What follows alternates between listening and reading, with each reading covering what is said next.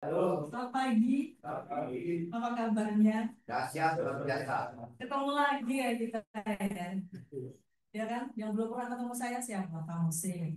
Terus kamu baru ya? Baru. Kamu siapa namanya? Ferry. Ferry. Ya. Umur berapa kamu Ferry? Mau balik? 25. Udah suka Ferry doang. Nah, ini udah pernah ketemu saya semua ya. Belum. Belum. Itu kamu siapa? Yang baju kucing itu? Indika. Yudika. Itu juga baru ya, kamu baru masuk.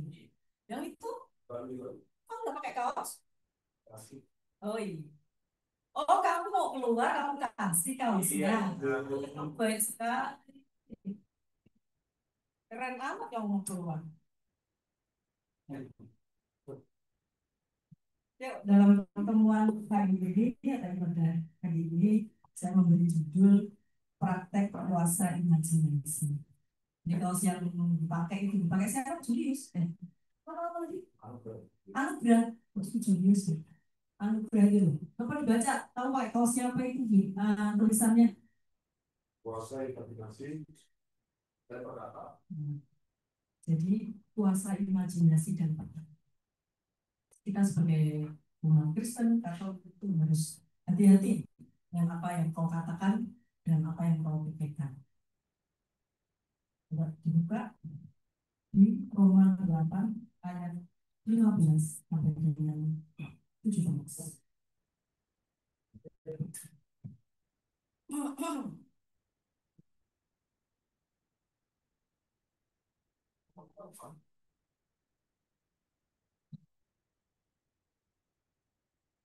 Roma 8 ayat 15 sampai dengan 17. Kalau kamu semua, kamu yang bertambah banyak itu enggak pakai pegang. Hah? Nggak kelihatan. Enggak kelihatan. Kamu plus. Udah main dari bawain. Harus kelihatan. Hah? Yang bawa aja berapa? Dengerin ya. Yuk, dibacain voice yang keras. Roma 8 ayat 15 sampai dengan 17. Roma 8 ayat 15 sampai dengan 17, demikian firman Tuhan.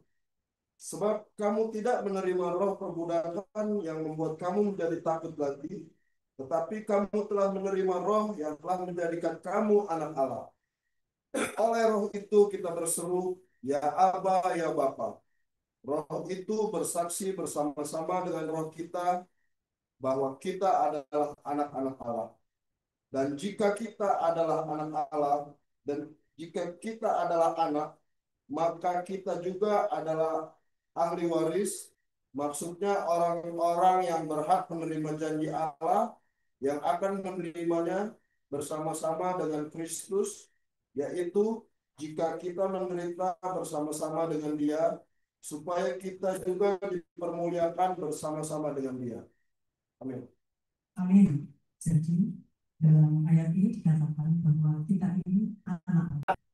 Kalau sudah jadi anaknya Allah, itu kita tuh berhak mewarisi apa yang Allah punya. Ya kan? Kalau kita punya orang tua, mau warisannya cuma satu rumah tuh pasti nanti dibagi ya. Semuanya kan sama anak-anaknya. Nah, Allah itu apa? Kepunyaannya itu tak terbatas. Tuhan Yesus itu mampu menyembuhkan orang sakit. Harusnya kalau kita ini anak-anak Allah, kita ini mampu juga menyembuhkan orang sakit. Atau bukan orang lain, diri kita sendiri yang sakit ini.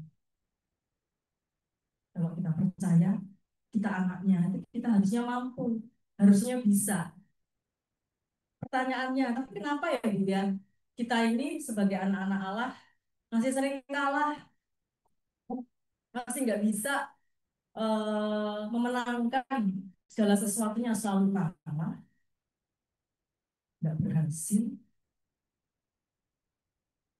Jadi kita anak-anak Allah karena kembali lagi tauhid yang kita pakai, pikiran kita. Jadi apa yang kamu pikirkan itu yang terjadi dari yang kamu pikirkan cari uang mudah itu jualan narkoba ya kamu jualan narkoba. Kalau yang kamu pikirkan, aku ini anak Allah, aku ini mampu mewarisi segala kepunyaan Allah, kamu tuh dituntun. Oleh sebab itu, sangat perlu, sangat wajib menjaga pikiran. Yuk dibuka di Amsal 4 ayat 23. Amsal 4 ayat 23. Yang sering itu Amsal 4 ayat 23. Jangan udah hafal. Ya Pak Nelson, apa enggak? Enggak. Amsal 4 ayat.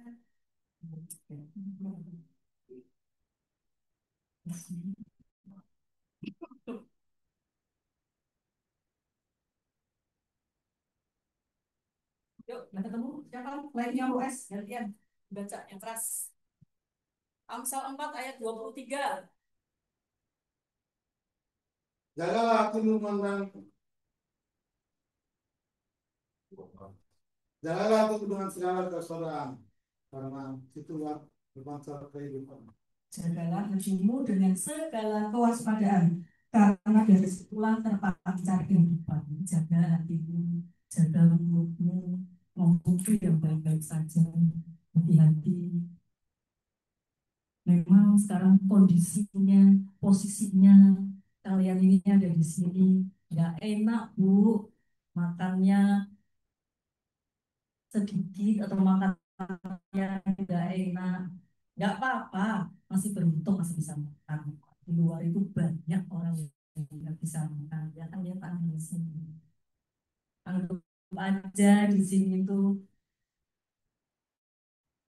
apa dapat beasiswa kalian lah gratis, ya kan Pak, makan gratis, tidur gratis, ya kan? Kalau di luar kamu harus kalau mau makan harus kerja. Cuma kalau kamu mikirnya, oh biar dapat uang banyak, nggak bisa buat kalau kerja dari bawah pelan-pelan. Aku mahal buat kayanya. Tapi kalau kamu pikirannya pendek seperti itu, kamu akan hanya bolak-balik keluar lapas, masuk lapas. Percaya deh. Kalau pikiranmu malas, ya tetap orang itu harus dari bawah. Gak ada orang yang namanya kerja ngelamar langsung jadi pimpinan, nggak ada. Semua dari bawah. Semua dari hal yang ya ada sih kalau sekarang yang namanya manajemen training ya begitu masuk langsung jadi manajer ada. Tapi kan itu harus minimal S1, punya keahlian. Tapi jangan kecil hati. Harusnya anak-anak Tuhan itu mampu mengalahkan dunia.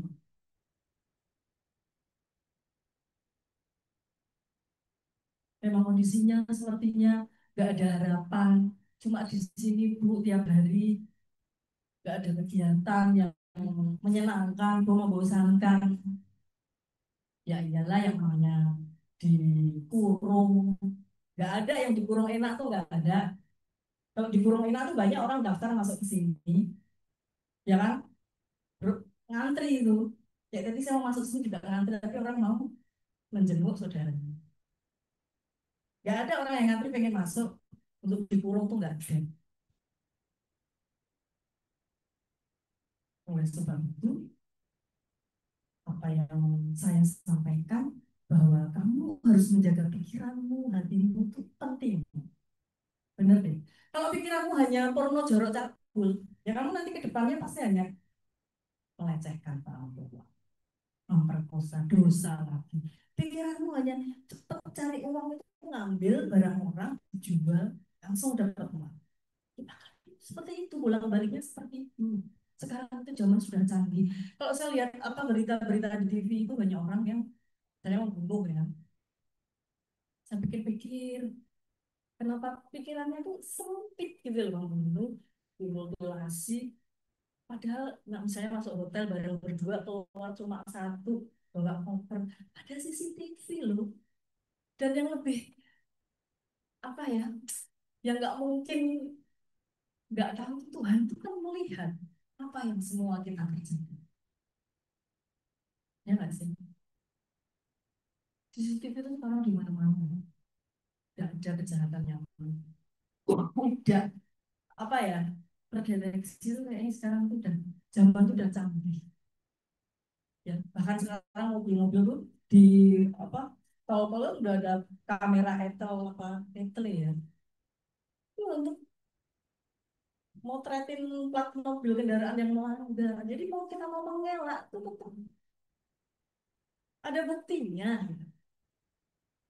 Itu yang dunia kan. Nah kalau Tuhan itu kan melihat loh ini sekarang ya Tuhan tuh melihat dari atas. Itu pada ngapain aja nih orang-orang yang saya ciptakan. Jadi kalian itu harus sadar bahwa aku ini anak Tuhan. Roh Allah itu ada di dalam tubuhku. Oleh sebab itu aku akan malu kalau melakukan kejahatan, ketidakbenaran. Contoh kenapa kata-kata yang kita ini adalah anak Tuhan atau roh Tuhan ada di dalam diri kita. Kejadian 2 ayat 7. Dibuka ya Kejadian 2 ayat 7.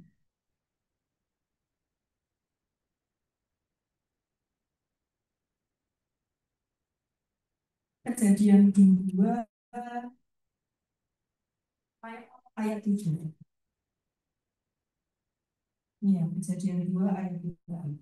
Ketika itulah Tuhan Allah membentuk manusia itu dari debu tanah dan menghembuskan nafas hidup ke dalam hidupnya. Demikianlah manusia itu menjadi makhluk yang hidup. Jadi kita lahir dunia ini itu bukan sia-sia, tapi Roh Allah itu menghembuskan nafasnya itu di tubuh kita. Jadi tanpa Allah menghembuskan nafasnya dalam tubuh kita, kita itu nggak hidup. Saya nggak tahu. Kalau nggak percaya lah kamu anak jadi anaknya siapa? Ya kan? Pilihannya kan ya dua ya Pak Nelson ya. Jadi apa? Pak Nelson? Anak Allah atau anak? Itu pilihannya. Pikirkanlah yang di atas kalau satu, kalau setiga yang satu sampai ya kan? Dua harus sama Firman. Ya guys. Yang di atas itu apa? Yang di atas itu ya hanya untuk kemuliaan Tuhan. Yang di bawah itu apa? Yang di bawah itu hanya dunia, kemalasan, em, kemarahan, menyimpan dendam, itu yang di bawah. Makanya kalau kamu merasa nggak nyaman, bisa diperlakukan sesamamu itu nggak enak, ingat pikir yang di atas. Nggak apa-apa. Dia mungkin nggak sengaja ngomong, pun sengaja nggak apa-apa. Semua itu tercatat. Jadi semua itu nanti harus kita pertanggungjawabkan di depan Tuhan. Nggak ada yang tidak tercatat apa yang sudah kita lakukan. Percaya nggak juga itu kamu? Percaya kan? Jadi jangan pernah merasa, oh dia belum minta maaf sama aku, nggak mau, dia harus no no no, nggak perlu permintaan maaf orang lain terhadap kita. Kalau semua itu tercatat. Besok tuh kita akan pasti ngantri satu-satu. Mungkin kita besok kamu sama Bu Ani itu sama ngantri di depan Tuhan, mau ngomong, mau apa harus mempertanggungjawab berarti dulu ngapain aja, ngajarin yang bener nggak sama anak kamu kan bisa bersaksi, bisa. Diajarin apa sama Bu Ani? Pasti itu.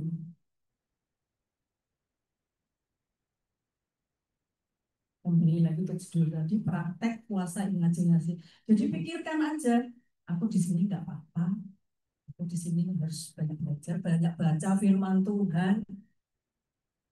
Yohanes 1 ayat 1 pada mulanya adalah firman, firman itu bersama-sama dengan Allah dan firman itu adalah Allah.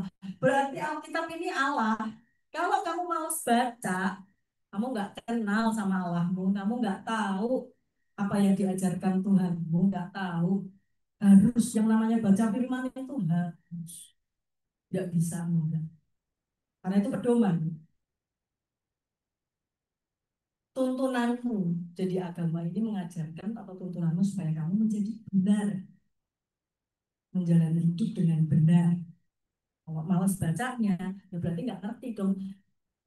Hidup benar itu yang gampangnya itu kalau mau keluar dari sini, ruangan ini harus lewat pintu itu.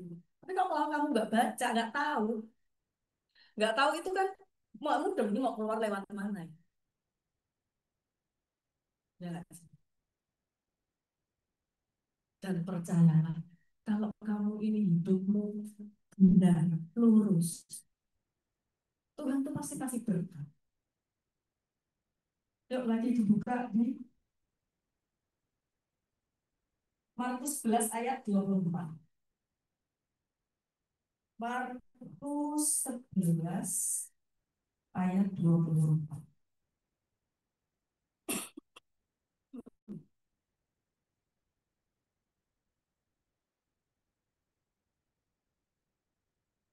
Markus 11 ayat 24. Karena itu aku berkata kepadamu, apa saja yang kamu minta dan doakan, percayalah bahwa kamu telah menerimanya, maka hal itu akan diberikan kepadamu. Jadi minta dan berdoa supaya kamu mendapat. Kalau cuma diem aja, hidup sekenanya, nggak dapat apa-apa, nggak dapat warisan kamu. Padahal warisannya Tuhan itu luar biasa, bisa menyembuhkan orang sakit, bisa mengubah air menjadi anggur, bisa kan mengubah yang hidup ini sepertinya bukan siapa-siapa di sini kamu kalau benar-benar mau menjalankan, membaca firman Tuhan dan hidupmu berlaku seperti firman Tuhan, kamu keluar dari sini, kamu jadi orang yang benar, otomatis mengikuti seperti yang pernah saya ceritakan itu di mana lapas Nusa Kambangan. Sebenarnya kami ini kan apa komunitasnya itu kalau teman-teman nanti yang sudah keluar, kalau mau gabung sama tim kami itu bisa. Nanti kita beda, biar nggak salah jalan lagi. Ada yang mau ikut gabung sama kami. Itu dia tuh sampai kewalahan menerima tawaran pekerjaan. Tetapi ada yang bahkan eh, pemain K-pop. Dia yang suka singer, yang suka nyanyi di lapas Nusa Kambangan. Nggak mau dia keluar gabungan. Ya, apa yang terjadi?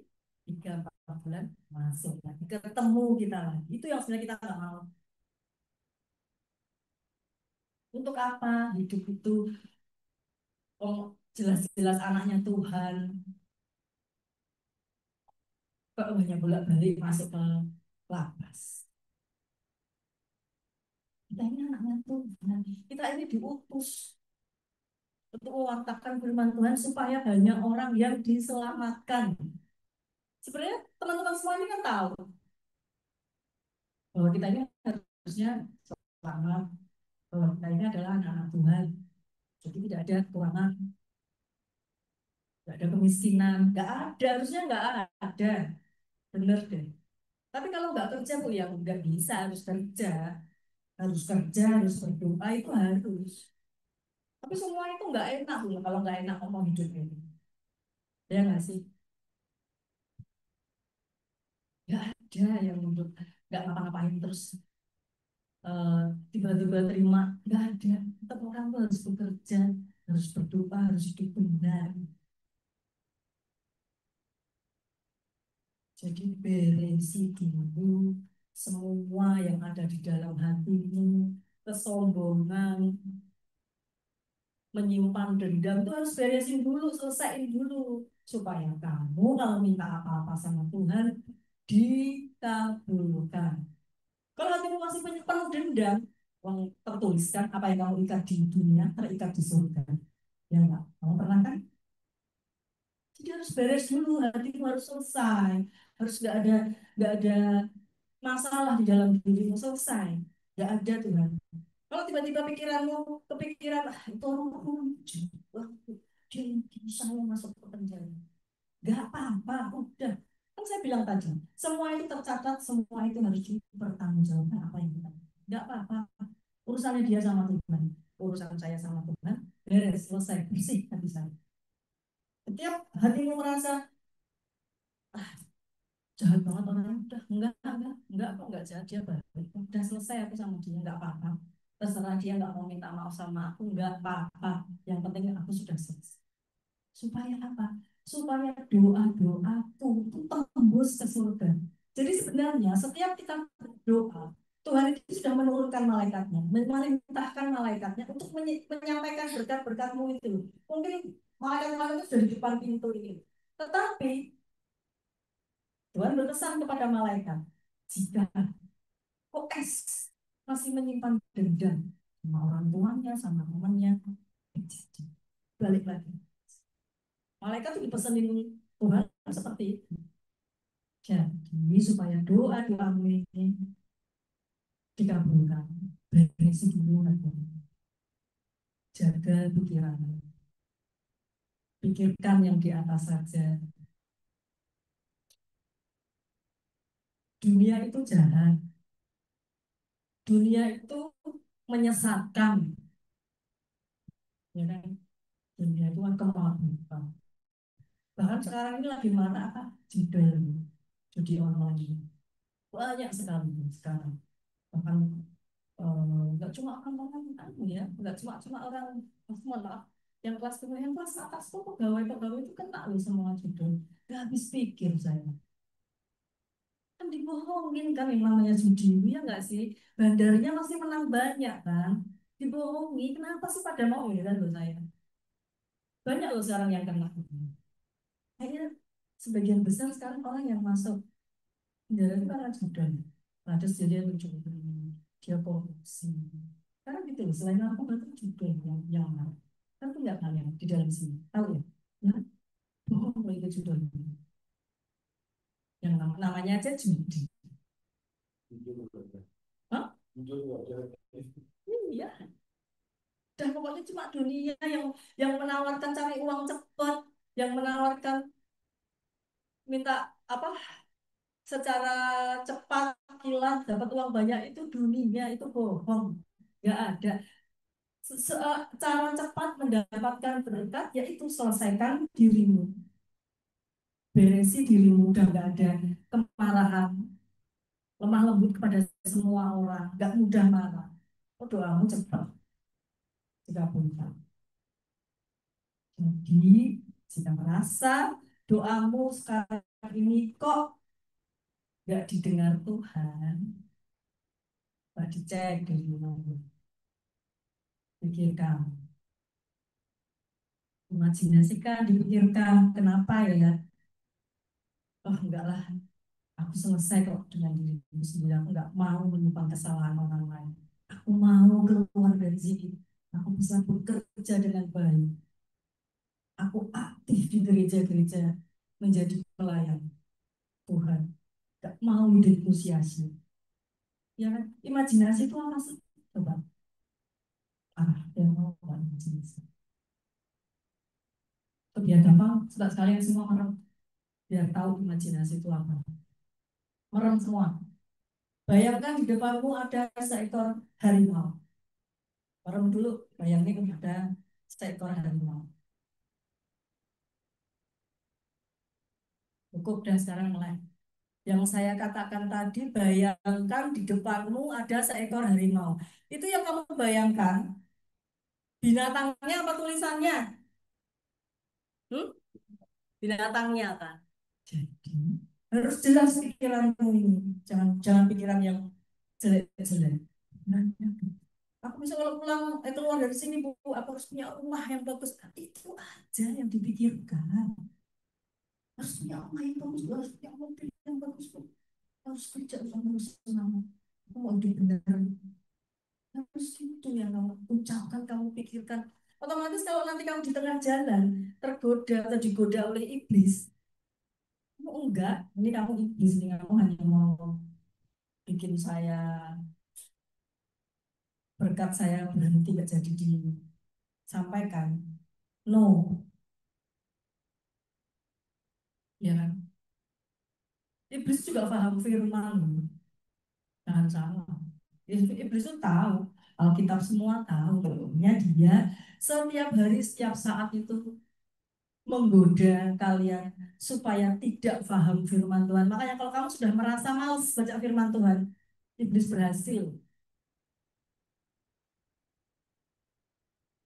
Berhasil ngomongin kamu, bujuk kamu supaya jangan baca firman Tuhan. Karena kalau kamu membaca firman Tuhan, kamu kenal Tuhanmu, kamu tahu segalanya, iblis nggak punya pengaruh di neraka. Itu aja. Rasakan di dalam dirimu. Besok pagi coba bangun tidur, mau ngapain nih? Kok males ya baca firman Tuhan yang tulisannya kecil-kecil? Nah, enggak lah. Itu iblis berhasil menarikmu supaya tidak taat. Tapi kalau kamu mampu melawan, enggak. Saya harus baca, saya harus tahu pesan-pesan yang luar biasa, berkat-berkat yang ada di dalam firman Tuhan itu harus saya pahami semua supaya saya bisa hidup ke depan dengan lebih baik. Tidak mau rugi lagi saya ada di dalam lapas.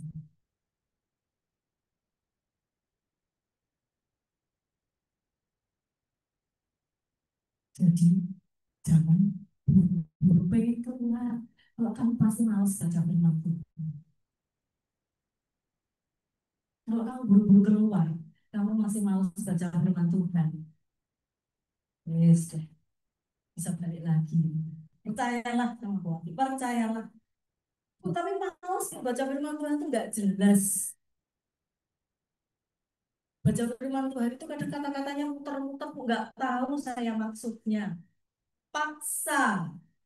Nanti tiba-tiba Roh Kudus itu akan menuntunmu, akan menjelaskan ini artinya seperti ini.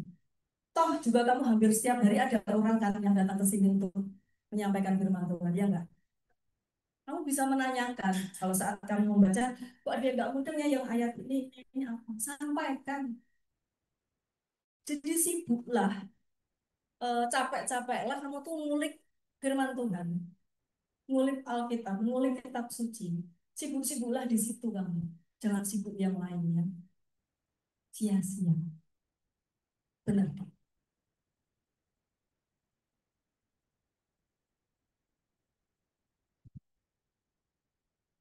Mumpung masih di sini, mumpung banyak waktu. Memang kalau untuk eh, rasanya mau deket sama Tuhan itu kok kayak kamu ya Bu ya, saya kayak minder, saya kayak malu karena dosa saya itu terlalu banyak, saya itu terlalu jahat. Tuhan itu kan maha pengampun. Ada nggak itu wanita yang ketahuan bersinar? Tuhan bilang apa? Siapa yang merasa tidak berdosa, silahkan melempari dulu wanita bersinar. Ternyata nggak ada kan yang melempar dulu. Karena apa? Semua orang itu pasti berdosa. Masalahnya, kamu bertobat atau enggak? Ya kan? Enggak peduli. Jadi begitu kamu selesai dengan dirimu sendiri, kamu sudah bertobat di depan Tuhan, sudah minta ampun atas dosa-dosa yang kamu lakukan. Tuhan itu udah nggak punya catatan lagi. Udah selesai. Jadi dosamu apa yang sudah kamu lakukan, besok saat ngadep ke Tuhan itu udah bilang, oh nggak ada, kamu udah selesai ini. Yang dulu saya mencuri Tuhan. Oh enggak, kamu kan sudah tobat. Kamu udah nggak balik lagi. Nah ini loh, masalahnya kamu tuh jangan balik lagi ke dosa yang lama. Kalau balik ya catatanmu semakin banyak, catatan dosamu semakin ya harus selesai.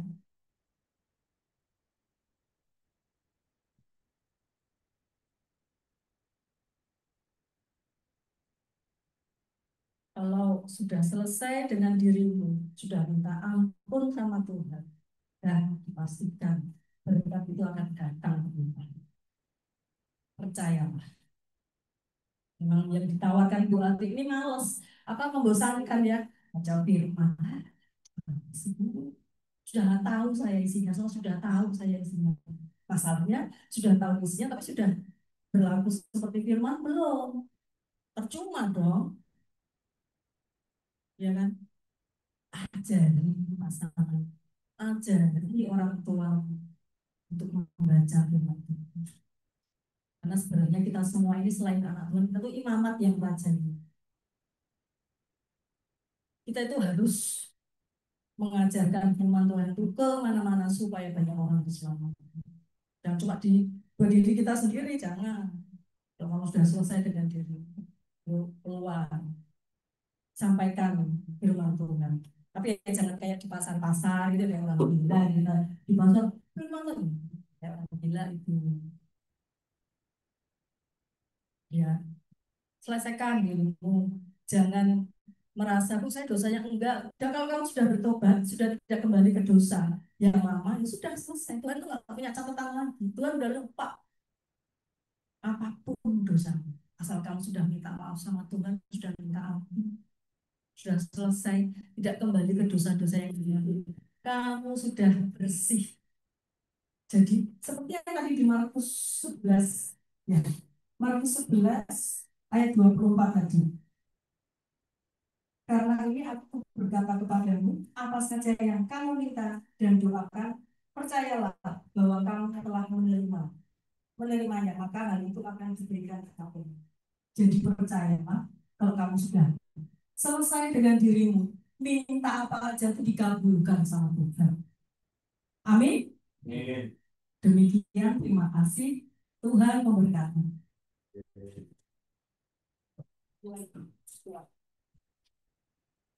Lagi siapa? Kamu share nyanyi lagi nggak? Dan berusaha selalu memikirkan apa yang Engkau katakan. Tuhan, kami di sini sudah sepakat bahwa membaca firman-Mu itu memang harus sering saya lakukan supaya hidupku ke depannya menjadi semakin baik dan tidak seperti bangsa Israel yang hanya berputar-putar di padang gurun. Terima kasih Bapak atas berkat-Mu yang melimpah-limpah yang Kau berikan kepada kami dari lahir hingga detik ini.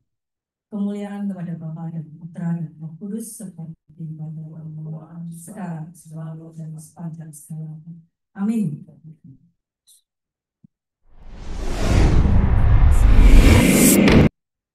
Keluar.